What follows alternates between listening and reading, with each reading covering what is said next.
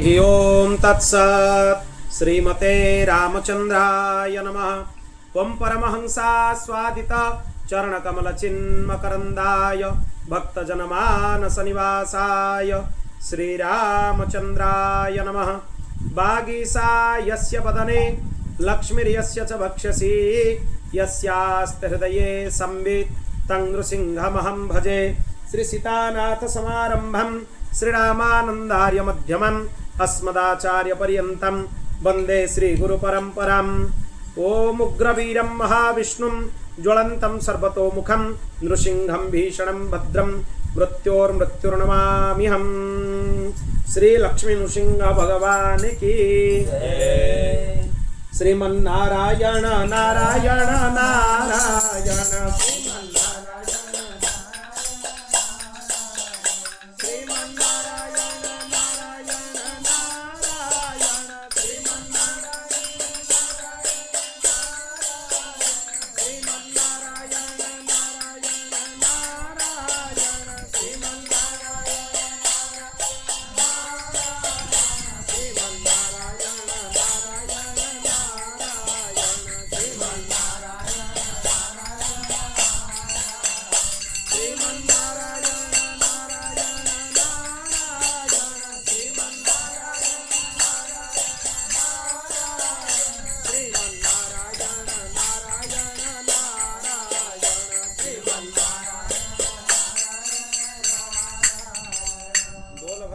भगवान की श्री लक्ष्मी नृसिंह भगवान की श्री प्रहलाद जी महाराज की श्रीमद्भागवत महापुराण की भगवान श्री लक्ष्मी नृसिंहंकर महती कृपा अनुकंपारु आज नृसिंह चतुर्दशी पवित्र पावन महोत्सव रे भगवान नृसिंहंकर श्रीमद्भागवत सप्तम स्कंध अंतर्गत नृसिंह चरित्र श्रवण करिवार सौभाग्य आम समस्त को प्राप्त हो। राजा परीक्षित प्रश्न करुचंती सुखदेव जी महाराज को जे भगवान तो सर्वत्र समदृष्टि रखती तेबे राक्षस मान को कहीं खाली बोध करती देवता मान को ऊपर कहीं अनुग्रह करती एभली विषमता कहीं। सुखदेव जी महाराज को राजा परीक्षित प्रश्न कले। श्री सुखदेव जी महाराज कहले तुम्हें बहुत सुंदर प्रश्न पचारिल। यही जो प्रसंग मु तुमको सुनेबी ये प्रहलादंकर भक्ति रे भरपूर होइतिबा चरित्र तमे एथिरु जानि परिबो जे भगवान केबे भी विषम दृष्टि रखंती से देवता मानक प्रति जतिकी वात्सल्य देखांती राक्षस मानक प्रति भी समान वात्सल्य प्रदर्शन करंती। गीयते परमं पुण्य मृषिभिर्नारदादिभिः नत्वा कृष्णाय मुनये कथयिष्ये हरेः कथाम्। मोर पिता कृष्ण द्वैपायन मुनि को नमस्कार करिकी मु भगवान कथा प्रारंभ करुची। भगवान नृसिंहंकर चरित्र सत्व रज तम तीन प्रकार गुण जो अच्छी एगुड़ा भगवान गुण नुहे एगुड़ा हूँ प्रकृतिर गुण प्रकृते गुण संभवा एगुड़ा प्रकृतिर गुण एगुड़ा भगवान गुण नुहे। भगवान ए गुणरु ऊर्ध्वरे तेणु तांकु गुणातीत बोली कहुए त्रिगुणरु ऊर्ध्वरे ना सी सत्व ना सी रज ना सी तम विभिन्न क्रिया को परिचालना करने विभिन्न रूप धारण करे किंतु सी प्रकृत में सत्व भी नुहे रज भी नुहे कि तम भी नुहे। एमती सुंदर कथा सुखदेव जी महाराज आरंभ कले। भगवान होचंती सत्य संकल्प जेतेबेले युधिष्ठिर राजसूय यज्ञ करुथले सेतेबेले युधिष्ठिर ई समान प्रश्न नारद मुनि को पचारि थिले। जो प्रश्न राजा तुम्हें मते पचारुछ नारद मुनि राजा युधिष्ठिर को जो प्राचीन आख्यान वर्णना करथिले जो कथा सुनैथिले सेही कथा मु तुम मान को एबे सुनाउछि ध्यान देकी सुन। युधिष्ठिर पचारिले भगवान को प्रति द्वेष करुवा शिशुपाल को मुक्ति केमिति मिलिला ये तो सर्वथा असंभव।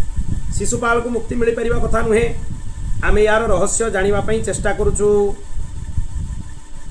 ता सहित भगवान को पाइबा अत्यंत कठिन से भगवान को पाखरे लीन केमती हो गले से विषय रे भी कहतु। भगवान कहा उपरे केतेबेले रक्षा करती रक्षा करिसंती से विषय रे भी मते कहंतु। इत्यादि प्रश्न युधिष्ठिर पचारे। नारद तार उत्तर देले। जेतेबेले शरीरटा को जीव माने आत्मा बोली भावती तांकर मु आउ मोर भावना आसे।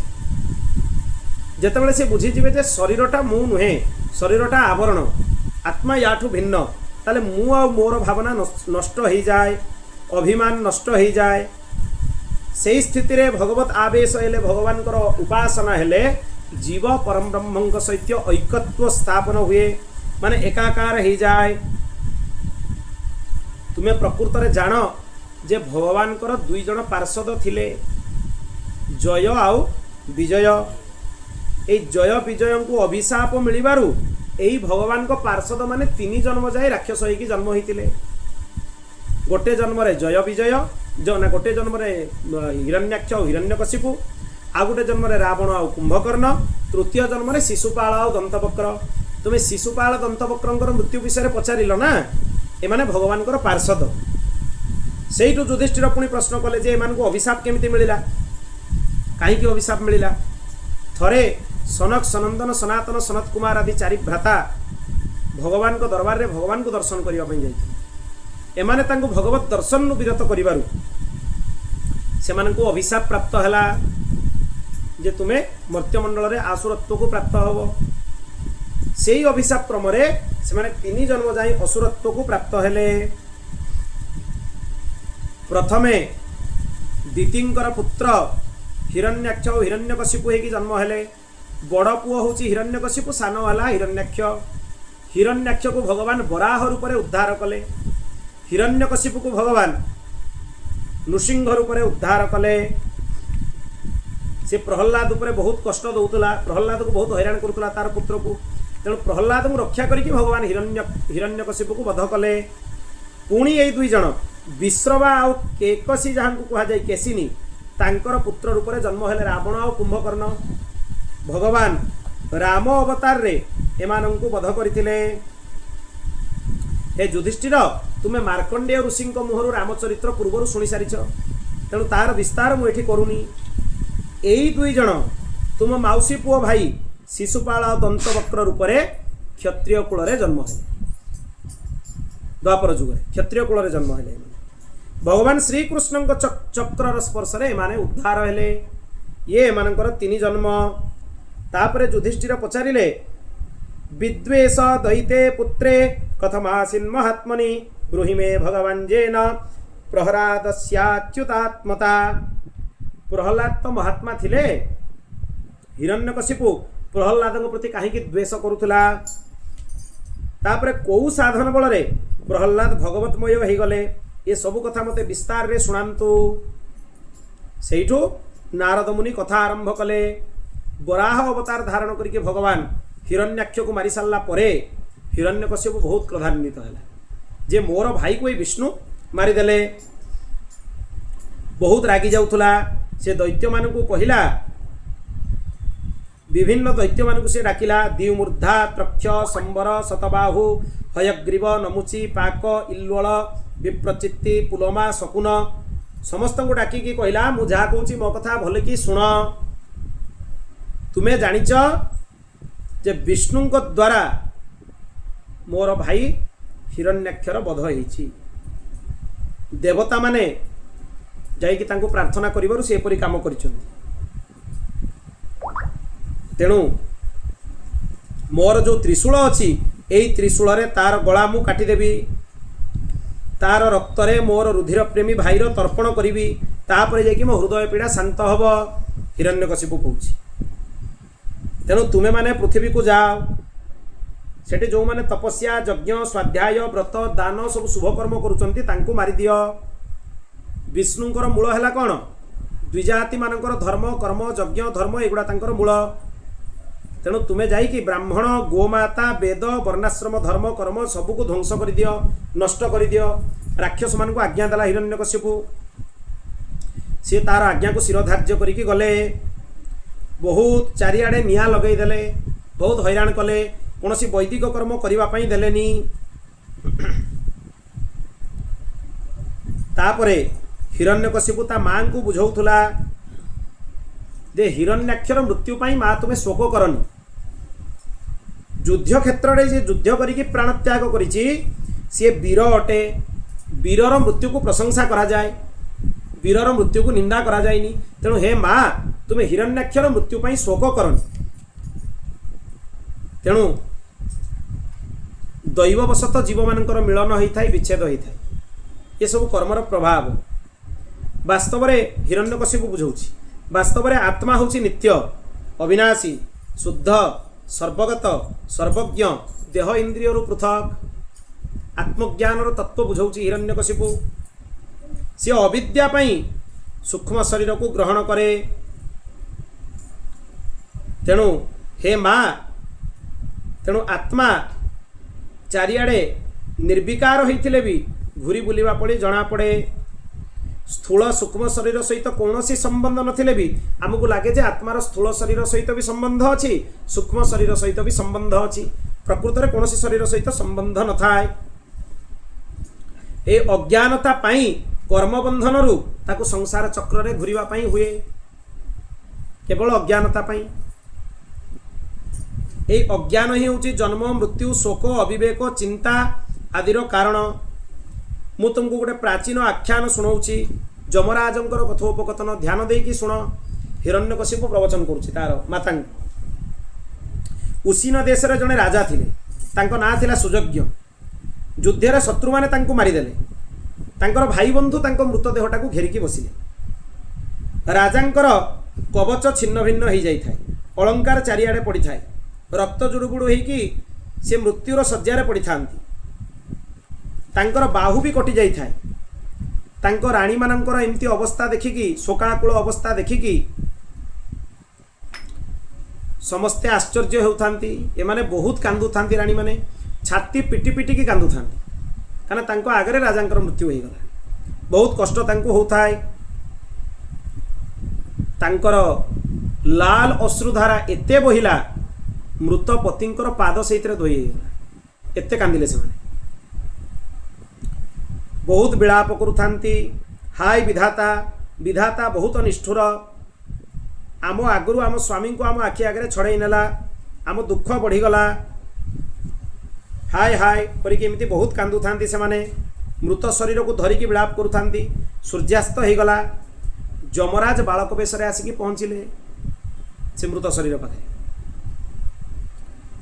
सेठू से कहले बहुत आश्चर्यर कथा, ए लोक मैंने मोठू बड़ वयस्क, एमाने तो लोकंकर मरिबा जन्म होगा सब बेले देखुवे, तापरे भी एमाने मूढ़ंक भलिया कहीं होउछंती।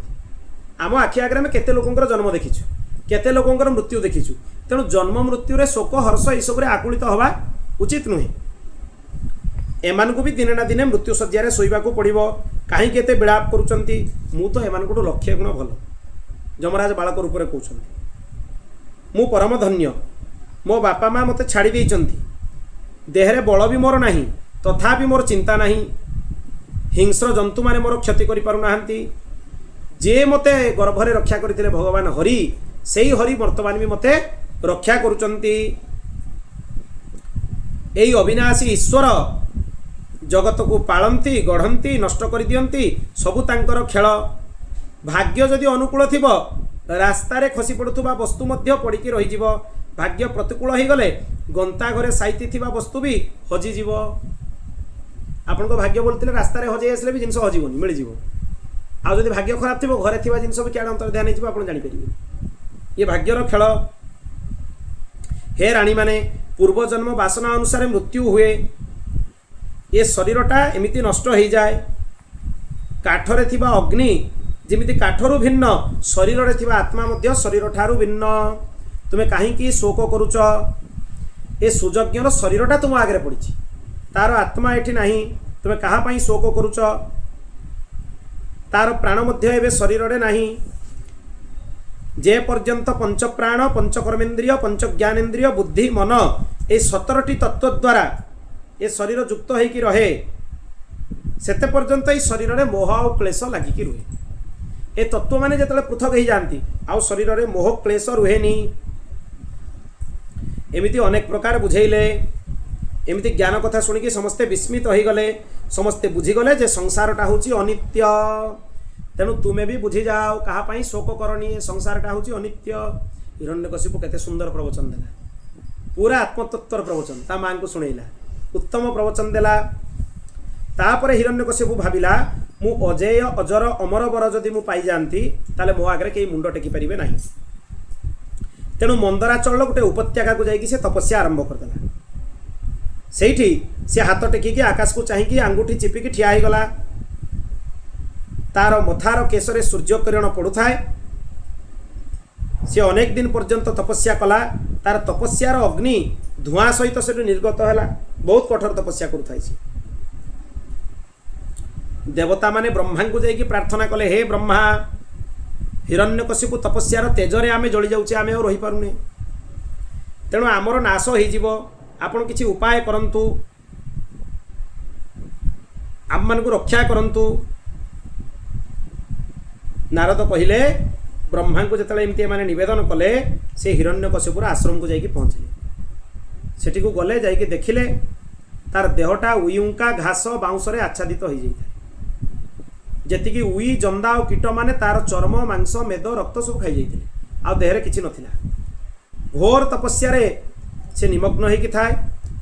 ब्रह्मा हसी हसी ताकू कहिले हिरण्यकशिपु उठ, तुमर मंगल हो। हे कश्यप नंदन, तुम तपस्या सिद्ध हैला, मु तुमको वर देवाको आसीची। तुमे शुण, मनुष्य देवता मानकर आयुष केते 36,000 वर्ष। मनुष्य मान हिसाब से 36,000 वर्ष हेले देवता मानकर आयुष हुए। तुमे सेतिकी वर्ष धरिकी तपस्या कलणी, बहुत तपनिष्ठ।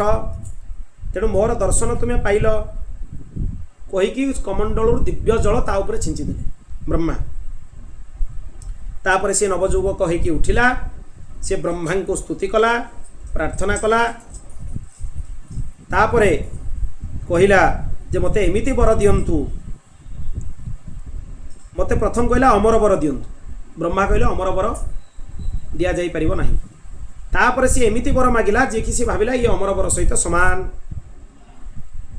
आपणक द्वारा रचित कौनसी मनुष्य पशु प्राणी अप्राणी देवता दैत्य नाग पशु कहा द्वारा मोर मृत्यु हबनी। घर भितर मृत्यु हबनी, बाहर मृत्यु हबनी, दिन रे मृत्यु हबनी, राति रे मृत्यु हबनी, कौनसी प्राणी द्वारा मृत्यु हबनी, अस्त्र शस्त्र रे मृत्यु हबनी, पृथ्वी रे आकाश रे मृत्यु हबनी, युद्ध रे केही मोर सम्मुखीन होई परिबेनी। मु एकछत्र सम्राट हेबी, सबुआडे मोर ऐश्वर्य विस्तार हब। 12टा मास भितर कौनसी मास रे मरिबिनी। एमिति विचित्र विचित्र वरदान सब मागिला। ब्रह्मा कहिले तथास्तु, सब वर तुमको प्रदान कली। हिरण्यकशिपु तांको पूजा कला, निजर धाम को फेरी आसिला। सी दैत्य समस्तंको ऊपर जय लाभ करिकी चारिआडे निजर साम्राज्य विस्तार करदेला। विश्वकर्मा को आनिकी विराट भवन बना करदेला। यज्ञर आहुति छड़े नेला। सर्वत्र निजर आधिपत्य विस्तार कला। भगवानकर पूजार्चना बंद करदेला। शास्त्रीय मर्यादा को सब उल्लंघन कला। एमिति दिने दुष्टता बहुत आगु को आहरी बढ़ी चलला। से समय रे भगवान को भक्त माने जतले आकुल हेले तांको आकाशवाणी हेला, यार पुत्र महाभक्तराज प्रहल्लाद हेबे जद्वारा यार उद्धार हब। यार जो वर्तमान उपद्रव चारिआडे विस्तार होइछि ए उपद्रव मध्य नष्ट हब। समस्तंको हृदय रे ज्ञानर संचार करुथुवा भगवान समस्तंको सांत्वना देले। समस्ते फेरीगले। सेमानकु लागिला सते जेमिति हिरण्यकशिपु मरिगला, आउ यार रक्षा नाही। हिरण्यकशिपुर 4 जण असाधारण पुत्र थिले। प्रहल्लाद तांको भितरे सबुठारु सान, किंतु सद्गुण रे से श्रेष्ठ। ब्राह्मण भक्त, सौम्य स्वभाव, सत्य प्रतिज्ञ, जितेन्द्रिय, सब प्रकार भल गुण तांको भितरे थिला। समस्तंकर हितैषी थिले। गुरुजन को सम्मान दौथिले। तांको मनरे वस्तु प्रति लालसा नथिला। आसुरी संपत्ति नथिला। से सबले संतुष्ट रहुथिले। अजात शत्रु थिले। प्रहल्लाद पिला दिनरु खेलकूद छाड़ी देकी भगवान को ध्यान रे तन्मय हो जाउथुले। संपूर्ण जगत को भूली जाउथुले। ତାଙ୍କୁ ଜଣାପଡ଼ୁଥିଲା ଭଗବାନ ତାଙ୍କୁ କୋଳରେ ବସେଇକି ଆଲିଙ୍ଗନ କରୁଛନ୍ତି, ବାତ୍ସଲ୍ୟ ପ୍ରଦାନ କରୁଛନ୍ତି।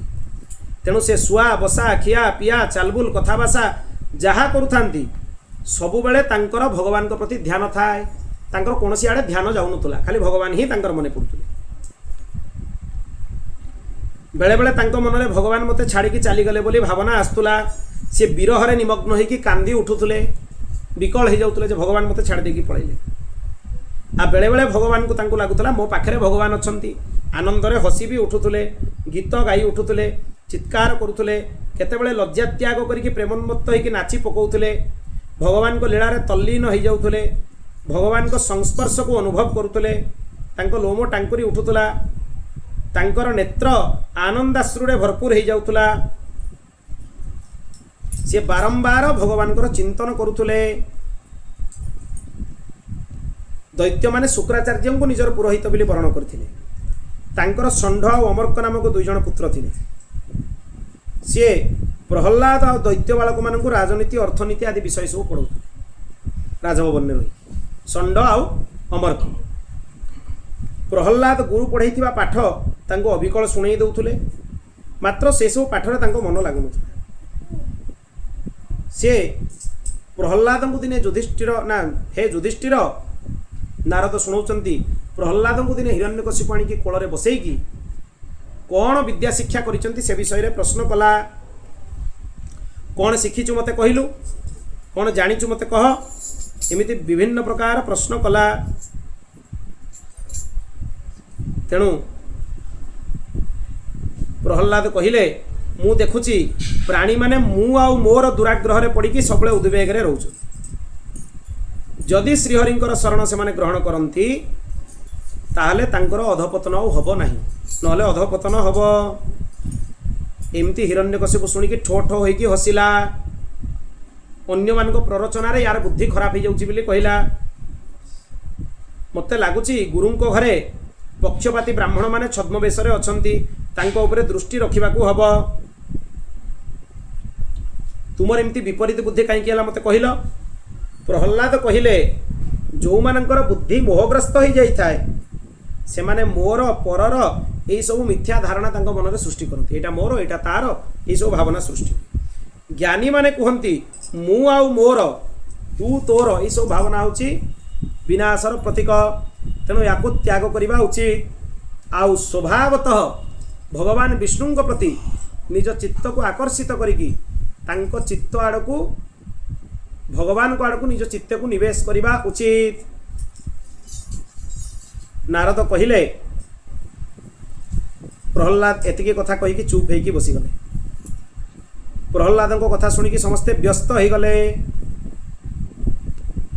ପ୍ରହଲ୍ଲାଦଙ୍କୁ ସେମାନେ ଧମକେଇକି କହିଲେ ବେତ ଆଣିଲ ଷଣ୍ଢ ଆଉ ଅମର୍କ, ଆକୁ ବେତରେ ଆମେ ଶିକ୍ଷା ଦେବା, ନହେଲେ ଏ କୁଳାଙ୍ଗାର ଏମିତି କଥା ସବୁ କହିବ। ଜବରଦସ୍ତି ତାଙ୍କୁ ଧରିକି ଧମକେଇଲେ। ତାପରେ ଧର୍ମ ଅର୍ଥ କାମ ସମ୍ବନ୍ଧୀୟ ଶିକ୍ଷା ତାଙ୍କୁ ପ୍ରଦାନ କଲେ, ଧର୍ମ ଅର୍ଥ ଆଦିର ଶିକ୍ଷା ପ୍ରଦାନ କଲେ। ପୁନଶ୍ଚ ହିରଣ୍ୟକଶିପୁ ଆଉ ଦିନେ ତାଙ୍କୁ ଡାକିଲା, ଏ ପଚାରିଲା କ'ଣ ଶିଖିଛୁ କହ। ପ୍ରହଲ୍ଲାଦ କହିଲେ ଶ୍ରବଣମ୍ କୀର୍ତ୍ତନମ୍ ବିଷ୍ଣୁ ସ୍ମରଣମ୍ ପାଦ ସେବନମ୍ ଅର୍ଚନମ୍ ବନ୍ଦନମ୍ ଦାସ୍ୟମ୍ ସଖ୍ୟମ୍ ଆତ୍ମନିବେଦନମ୍। ଭଗବାନ ବିଷ୍ଣୁଙ୍କର 9 ପ୍ରକାର ଭକ୍ତି ଅଛି। ତାଙ୍କ କଥା ଶ୍ରବଣ, ତାଙ୍କର ନାମ ସଂକୀର୍ତ୍ତନ, କୀର୍ତ୍ତିର ଗାନ, ତାଙ୍କ ନାମ ରୂପ ଆଦିର ସ୍ମରଣ, ପାଦ ସେବନ, ପୂଜନ ଅର୍ଚ୍ଚନ, ବନ୍ଦନ, ତାଙ୍କର ଦାସତ୍ୱ ସ୍ୱୀକାର କରିବା, ସଖ୍ୟ ଆଉ ଆତ୍ମନିବେଦନ। এই 9 ପ୍ରକାର ଭକ୍ତି ମୋ ହିସାବରେ ସର୍ବଶ୍ରେଷ୍ଠ। ଏହା ହିଁ ଆଚରଣ କରିବା ଉଚିତ। ପ୍ରହଲ୍ଲାଦ କହିଦେଲେ। ହିରଣ୍ୟକଶିପୁର ଓଠ ପାଟି କ୍ରୋଧରେ ଥରି ଉଠିଲା। ସେ ଗୁରୁପୁତ୍ରମାନଙ୍କୁ କହିଲା, ରେ ଦୁର୍ବୁଦ୍ଧି, ତୁମେ କ'ଣ କଲ? ଏମିତି ଅସାର କଥା ସବୁ ମୋ ପିଲାକୁ ଶିଖେଇଦେଲ। ସିଏ କହିଲେ ଗୁରୁପୁତ୍ରମାନେ ଯେ ଆମେ ଶିକ୍ଷା ଦେଇନୁ, ଆମକୁ ବୃଥାରେ ଦୋଷ ଦିଅନ୍ତୁନି। ଏ ବୁଦ୍ଧି ତୁ କେଉଁଠୁ ପାଇଲୁ? ପ୍ରହଲ୍ଲାଦଙ୍କୁ ପଚାରିଲା ହିରଣ୍ୟକଶିପୁ। ପ୍ରହଲ୍ଲାଦ କହିଲେ ଭଗବାନଙ୍କର କୃପା ଯାହା ଉପରେ ହୁଏ ତାକୁ କେହି ଶିଖେଇବା ଦରକାର ନାହିଁ। ଆପେ ଆପେ ଭଗବାନ ସେ ଜ୍ଞାନ ସବୁ ପ୍ରଦାନ କରିବେ, ସେ କ୍ଷମତା ତାଙ୍କ ଭିତରେ ଅଛି। ତେଣୁ ବ୍ୟସ୍ତ ହେବା ଦରକାର ନାହିଁ। नारद कहले एतिकी कहीकि प्रहल्लाद चुप हो गले। हिरण्यकशिपु क्रोधांधरे लाल हो गला। याकू नहीं जाओ, याकू तुरंत मारी दियो, याकू बध करदे योग्य, याकू बंचाई रखा उचित नुहे। ये मोर भ्रातृहंता को पूजा करुची, मात्र 5 वर्षर बालक एमती कथा कहूँ सी। याकू नहीं जाओ, ता अंग को काटिदेवा आवश्यक, ता अंग गुड़ा को काटी दियो। यहाँ पुत्र रूप में मोर शत्रुटा जन्म होती, तेणु आपको भयंकर दंड दियो, कौन सी उपाय करके मारी दियो। तीक्ष्ण दंत हो, विकराल बदन हो, लोहित केश हो, जो जेकोसी उपाय रे दैत्य मान डाक, से माने आसिकी तांकु कह याकू मारिदेवे। प्रहल्लाद उपरे समस्ते आघात करने आरंभ कले, किंतु समस्तंकर प्रहार गुड़ाक व्यर्थ हो गला। अस्त्र शस्त्र प्रहार कले, कौन सी प्रहार काम देला नहीं। हाथी पादे दलैवाई चेष्टा कले, ताहा भी काम देलानी। सर्प मान द्वारा दंशन करैले, ताहा भी काम देलानी। कृत्या राक्षसी उत्पन्न करैले, ताहा भी काम देलानी। पर्वत शिखर रु तलकू गढ़ाई देले, ताहा भी काम देलानी। संबरासुर द्वारा नाना माया प्रयोग कले, ताहा भी काम देलानी। अंधार घरे बांधिकी रखिले, विष पीएले, खाइबा को पीवा को देलेनी। बरफ उपरे पकईदेले, तोफान मुहरे पकईदेले, ज्वलंत निआरे पकईदेले, समुद्र रे फोपाड़ी देले, पहाड़ पर्वत तले चपेईकी मारिबा पई चेष्टा कले, कौन सी उपाय रे तांकर क्षति करि पारले नाही। सेठू से चिंता कले, याकू अनेक प्रकार रे मु मारिबा पई चेष्टा कली, किंतु तथापि ये बंचिकी रहिछि। या पाखरे निश्चय किछि सामर्थ्य अछि, ये काहाकू डरुनी कि मरुनी, यार किछि क्षति होउनी। सी षंढ अमरक को जाइकी कहिला, तुमे गोटे काम कर, याकू नेकी गुरुकुल रे रख। गुरुकुल रे पिला मानक पाखरे रहीकी गुरुंकर सेवा कले हुए तार बुद्धि सुधरी जाई पारे, ताकू नहीं जाओ। सेठू तांकू से माने नहीं गले। नहीं कि जतले पहुँचिले, प्रहल्लाद असुर बालक मानकू गुरुकुल रे धर्म उपदेश कले, भक्तिर उपदेश कले। अद्भुत उपदेश। कौमार आचरेत प्राज्ञ धर्मन भागवता निह, दुर्लभम मानुषम जन्म तदप्य ध्रुवमर्थदम। मनुष्य जन्म भारी दुर्लभ, मनुष्य जन्म रे ही परमात्मा को प्राप्त करा जाई परिबो। जो माने बुद्धिमान से माने बुढ़ा हेले साधन करबा पई अपेक्षा करंतिनी, बाल्य कालरू भक्तिर आचरण करंती। तेणु हे मित्र माने, बाल्य कालरू तुमे भगवान कर उपासना कर। केतेबेले कहार मृत्यु काल आसिक पहुँचबो केही जानी नाहंती। भगवान कर शरण ग्रहण करवा ही सबुठ बड़ सफलता। इंद्रिय सुख को भोग करी ही जीव बारंबार विभिन्न जन्म लाभ करे, तार पतन हुए, वृथारे तार आयु को सी नष्ट कर दिए, रोग आदि ग्रस्त होकर रही जाए, कौन सी लाभ तार हुएनी, तम गुण रे ग्रस्त हो जाए, खेलकूद रे माति जाए, एमती जीवन 20 वर्ष सी बर्बाद कर दिए, वार्धक्य ग्रास कर जाए, जीवन शेष 20 वर्ष भी किसी सी करि परिबो नाही। तेणु जे निजर इंद्रियों को बस करिनी, गृह जंजाल रे संबंध आसक्ति माया ममता जालू निजको केमिति सी मुकुलेब। आगे इंद्रिय मानक नियंत्रण कर, तेबे जाइए गृह जंजाल मुक्त हम। अपेक्षा करनी वार्धक्य आसिले भगवत भक्ति करिवो, तुरंत भगवत भक्तिर वर्तमान रु आचरण कर, अन्यथा इंद्रिय माने सेतेबेले भक्ति करिबा पई साथ देबेनी। जो धन आम एत कष्ट करके अर्जन करुचे, जीवन संपूर्ण अर्जन लगई देले भी गोटे मुहूर्त अधिका समय काहाको मिलिबनी। तेणु भगवान कर भजन कर, भगवान कर चिंतन कर, भगवान कर नाम जप कर, एमिति उपदेश देले। जेते जेते प्रकार उत्तम आचरण आम पाखरे थिले भी जदि भगवान कर भक्ति आम पाखरे नाही, ताले से गुण गुड़ाक सब वृथा। जड़े उच्चरु उच्चतर ब्राह्मण ही था, ता पाखे 12 उत्तम गुण भी ता पाखे था। विप्रा 2 गुण जुता 2 माने 6 दुणे 12टा उत्तम गुण भी जदि तांको पाखे थाए, तथापि जदि भगवान कर अच्युतंकर चरण रे शरणागत सी न हुए, तार ए गुण कोनोसी काम रे लागिबो नाही।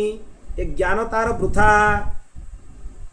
दैत्य बालक मैंने शुणिकी असंग हो भगवान नाम संकीर्तन करने आरंभ करदे। पुणी प्रहल्लाद कहिले मातृगर्भरे थिला बेले नारद मो माँ कयाधु को जो उपदेश देइथिले ताकू मु कहूची सुण। देवर्षि नारद कहिले जे प्रकृत रे ए कालर गति बहुत विचित्र, केतेबेले काहाकू से ग्रास करिवो से विषय किछि कहि होबो। तेणु ता प्रति सावधान हुओ, काल प्रति सावधान हुओ। हरि सर्वेषु भूतेषु भगवानास्त ईश्वरः इति भूतानि मनसा कामैस्ते साधुमानयेत्। भगवान श्रीहरि सबु प्राणी भितर अछंती, समस्तଙ୍କ इच्छा को सी पूर्ण करती। तेणु काम क्रोध लोभ मोह मद मत्सर यही 6टा शत्रु को जय कर, भगवत भक्तिर आचरण कर। तेणु एतिके जदि तुम आचरण कर ताहले जाइकी भगवान कर उत्तम नामर महिमा को जानी परिबो, आउ तार सुख को लाभ करि परिबो, नहले से रसर आस्वादन करि परिबो नाही। तेणु एमती से उपदेश दौथांती। दैत्य बालक माने ताकू ग्रहण कले, ता ऊपर से माने चलिले। केतेबेले पृथक समय मिलिले आमे दैत्य बालक को जो उपदेश दैचंती आ ऊपर विस्तार चर्चा ही करियो। एबे संक्षिप्त रे मु चर्चा कली। हिरण्यकशिपु सब कथा सुनिला, से चिंता कला निज हाथ रे ही मते पुओ को मार देबा को पड़िबा, आ द्वितीय बाट मो पाखरे किछि नाही। से गर्जी उठिला, रे मूर्ख तू कह तोर हरि कोठी अछि, मु ताकू भी मारिदेवी तोते भी मारिदेवी, कोठी तोर हरि अछि। प्रहलाद कहिले न केवलम मे भवतश्च राजन सबई बलम बलिनाम चोपरेशम परे बरे मी स्थिर जंगमाजे ब्रह्मादयोजेन वसम प्रणीता। हे दैत्यराज, दैत्यराज बोली कहीकि संबोधन कला। प्रहलाद टिके भी आ डर नहीं प्रहलादंकर राजा प्रति, जे भगवान भक्त सी अभय हो जाए, क्या डरेनि। पिता को भी दैत्यराज कहीकि संबोधन कले। हे दैत्यराज, ब्रह्मा ठारू आरंभ करिक तृण पर्यंत भगवान समस्त को निज बसरे रखिचंती। भगवान समस्तंकर परिचालना करुचंती। भगवान सर्वत्र विराजित, सबुआड़े अछंती। जोठी इच्छा करिवे आपण तांकर दर्शन करि परिबे। सेठू हिरण्यकशिपु कहिला जे जदि तर भगवान सर्वत्र अछंती, जस्तया मंदभाग्योक्त मदन्य जगदीश्वर क्वासौ जदि सर्वत्र कस्मात् स्तंभे न दृश्यते। जदि तर हरि सर्वत्र अछंती ताले स्तंभरु काहीकि देखा जाउ नाहंती, स्तंभरे काहीकि देखा जाउ नाहंती। प्रहलाद को एमती बारंबार जंत्रणा देवाकू लागिला। सेही समय रे से स्तंभ उपर एक भीषण मुष्टि प्रहार कला। सत्यम विधातुम निज भृत्य भासितम व्याप्तिम च भूतेष्वखिलेषु चात्मनः अदृश्यतात्यद्भुत रूपमुद्वहन् स्तंभे सभायम न मृगम न मानुषम। जेतेबेले स्तंभरे प्रहार कला, प्रहलादंकर बाणी को ब्रह्मांकर बाणी को सत्य प्रतिपादन करिबा पई, निजर व्यापकता को प्रमाण करिबा पई, जे मु सर्वत्र अछि, स्तंभ भितरे भी अछि। सेही सभागृह भितरे तिबा स्तंभ भितरे भगवान नृसिंह प्रकट हेले। श्री नृसिंह भगवान की। ना सी संपूर्ण सिंह थिले, ना सी संपूर्ण मनुष्य थिले। सी देखिले ये भारी विचित्र। हिरण्यकशिपु देखिके आश्चर्य हो गला। ता लोम टांकुरी उठिला। तांकर कराल दंष्ट्रं करबाल चंचलम। तांकर मुख भारी भयंकर देखा जाउथाय। दांत जिह्वा नख सबु भयंकर देखा जाउथाय। विशाल कटिदेश चक्र आयुध आदि विशाल शस्त्र सबु धारण करिथांती। से भाविला ए विष्णु मते मारिबा पई इमती ढंग करिके आछंती। तार तेज कुआडे हजिगला। से भयरे कंपी उठिला। से नृसिंह ऊपर प्रहार कला, किंतु भगवान नृसिंह ता गदा सहित ताको धरि पकैले। जेमिति साप को गरुड़ खेले खेले मारे, नृसिंह भगवान हिरण्यकशिपु को धरिकी सेमिति क्रीड़ा कले ता सहित एपट सेपट करिकी पकैले। तार क्लांत हो गला शरीर। बारंबार ताको उठेकी कचाड़ी दउथांती। हाथ रे छटपट होउथाय। तापरे कोन कले भगवान नृसिंह, ताकू द्वार मुह को नहीं गले। निज जंघ उपरे पकेइले ताकू गोटी गोटी करी सबु वरदान मने पकेले मन पका तू कौन कौन वरदान पाइछु तू दिन रे मरिबुनी कि राति रे मरिबुनी ए समय हला संध्या समय तू वरदान मागिथिलु ब्रह्मांक द्वारा सृष्टि होइतिबा जीव जंतु मनुष्य देव कारी यात्रे मरिबुनी मते ब्रह्मा सृष्टि करि नांती मु ब्रह्मा को सृष्टि करिछि मु ना देवता ना मनुष्य ना राक्षस ना पशु मु किछि भी नुहे मु नर आउ सिंहंकर मिश्रण नरसिंह तू वरदान मागिथिलु द्वादश मास भितर कोनसी मासरे मरिबुनी तो पाई मु पुरुषोत्तम मास सृष्टि कली अधिकतम मास अधिक मास जागु तू वरदान मागिथिलु घरे मरिबुनी बाहरे मरिबुनी आकाश रे मरिबुनी अंतरिक्ष रे मरिबुनी पृथ्वी रे मरिबुनी मो कोळ रे रखिके तते मारिबी पुणी द्वार बंधरे भगवान तांको धरिकी बसिले द्वार बंधटा हला भगवान नृसिंहंकर स्थान सेतपई द्वार बंधरे बसिबा पई मना करा जाय द्वार बंधटा हला तांकर स्थान द्वार बंधरे बसिले पुणी कहले देख तू मागिथिलु कोनसी अस्त्रडे कि शस्त्रडे मरिबुनी मोर एई भीषण वज्र भलिया कठोर नखरे मु तते चिरिकी विदारण करि देबी मने पकेई कि भगवान नृसिंह कौन कले संरंभ दुष्प्रेक्ष कराल लोचन व्यात्तान अनंतम बिलिहन स्वजीवया अश्रुग्लवाक्तारुण केसरानन यथंत्रमाली द्वीपहत्यया हरिः सी तत्क्षणात नखरे ता देहटा को विदारण करदेले तापरे तार जो अंतर थिला ताकू माला भलिया निज गलारे पकईदेले भगवान को नाम अंत्रमाली हो गला श्री अंत्रमाली भगवान की जय श्री नृसिंह भगवान की जय समस्त को नृसिंह निज पदाघात रे नखरे शस्त्राघात रे राक्षस मान को मारिदेले भारी अस्तव्यस्त हो गले समस्ते तांकर तेज आहुरी भयंकर हवा को लागिला जेतेबेले तांकु केही भी शांत करि पारलेनी सेठु ब्रह्मा चिंता कले जे मु लक्ष्मी को स्मरण करे श्री प्रेषयामास लक्ष्मी आसिले शांत हो जिवे कारण तांकर पत्नी लक्ष्मी को जेमती देखिले भगवान आहुरी जोर रे हुंकार करदेले लक्ष्मी भी भयभीत होइकी पळैले समस्ते भयभीत हो गले ब्रह्मा स्तुति कले रुद्र स्तुति कले इंद्र स्तुति कले पितृगण सिद्ध विद्याधर समस्ते स्तुति कले नतोऽस्मि अनंताय दुरंत शक्तये विचित्र वीर्याय पवित्र कर्मणे विश्वस्य सर्ग स्थिति संयमान गुणे स्वलीलया संदधते व्ययात्मने समस्ते स्तुति करबा को लागिले नाग मनु प्रजापति गंधर्व चारण यक्ष किंपुरुष वैतालिक किन्नर विष्णु पार्षद सबु स्तुति करबा को लागिले तापरे भगवान को प्रहलाद स्तुति करबा को लागिले प्रहलाद को पठेले ब्रह्मा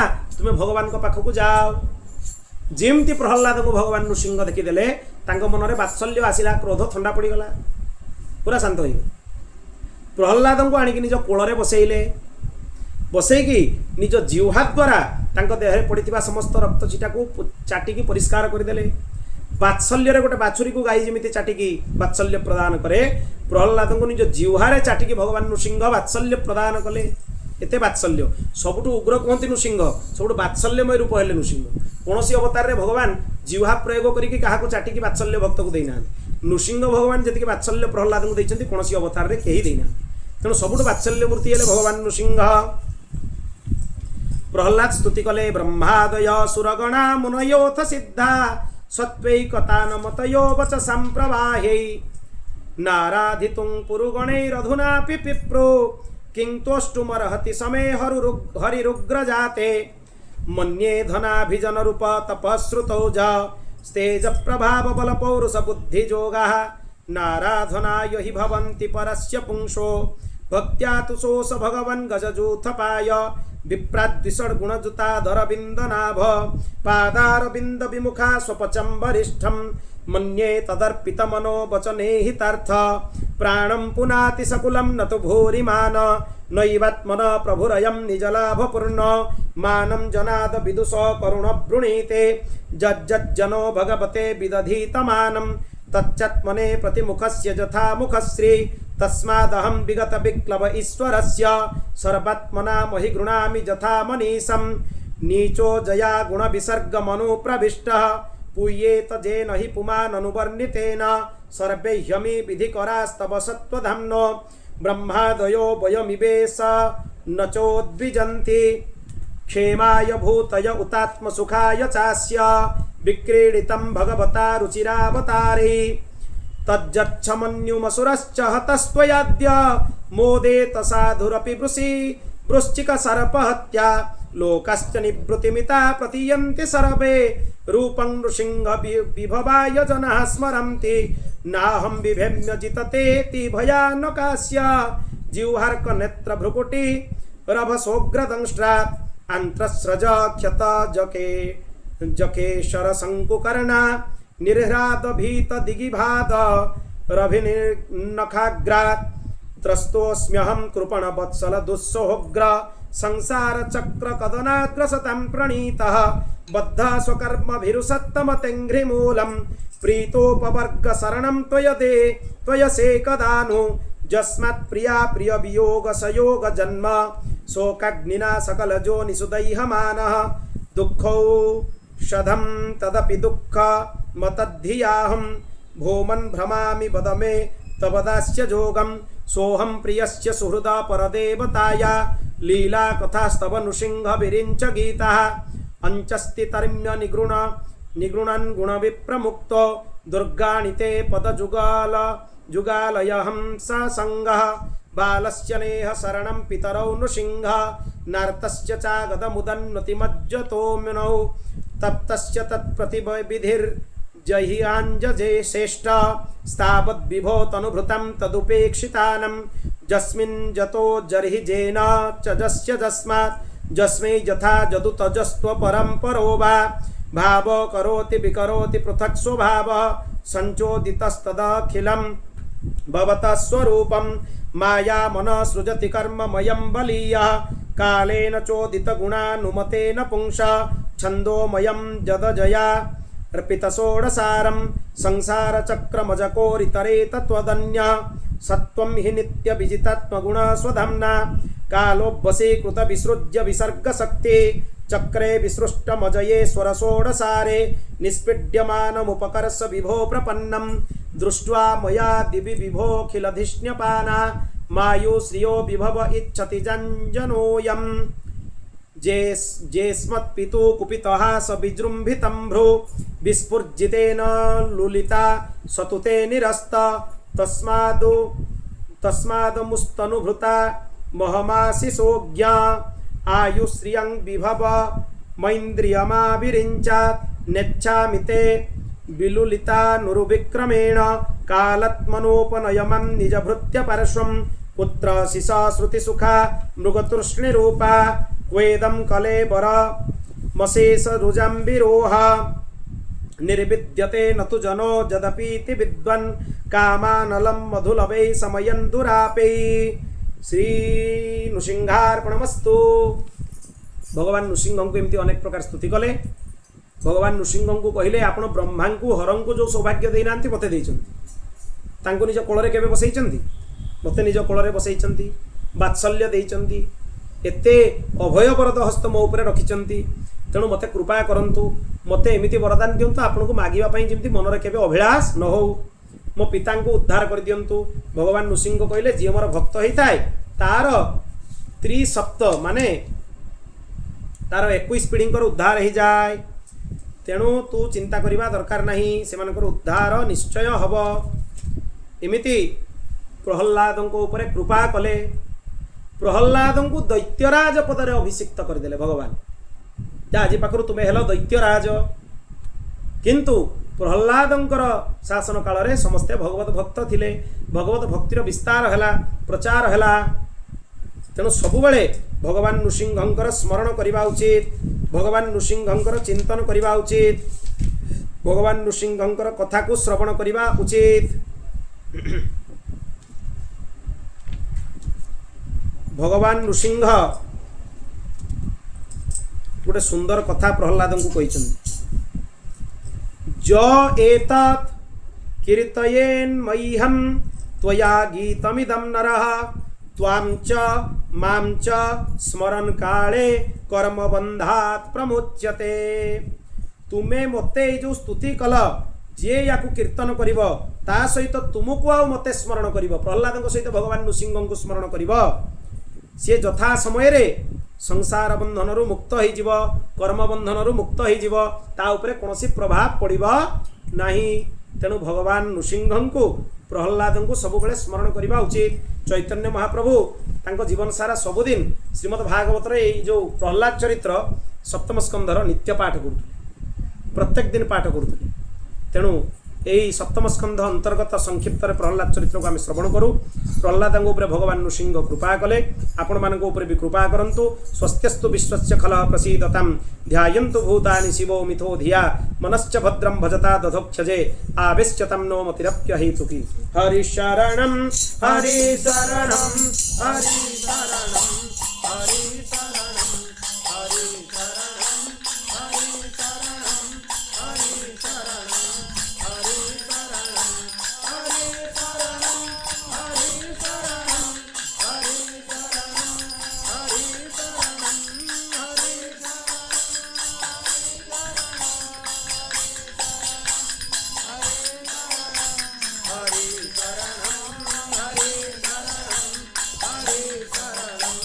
हरि श्री लक्ष्मी नृसिंह भगवान की जय। श्री नृसिंह चतुर्दशी महामहोत्सव की जय। श्री प्रहलाद जी महाराज की जय। जय श्री राधे, जय जय श्री सीताराम। हर हर महादेव। निताय गौर हरि बोल।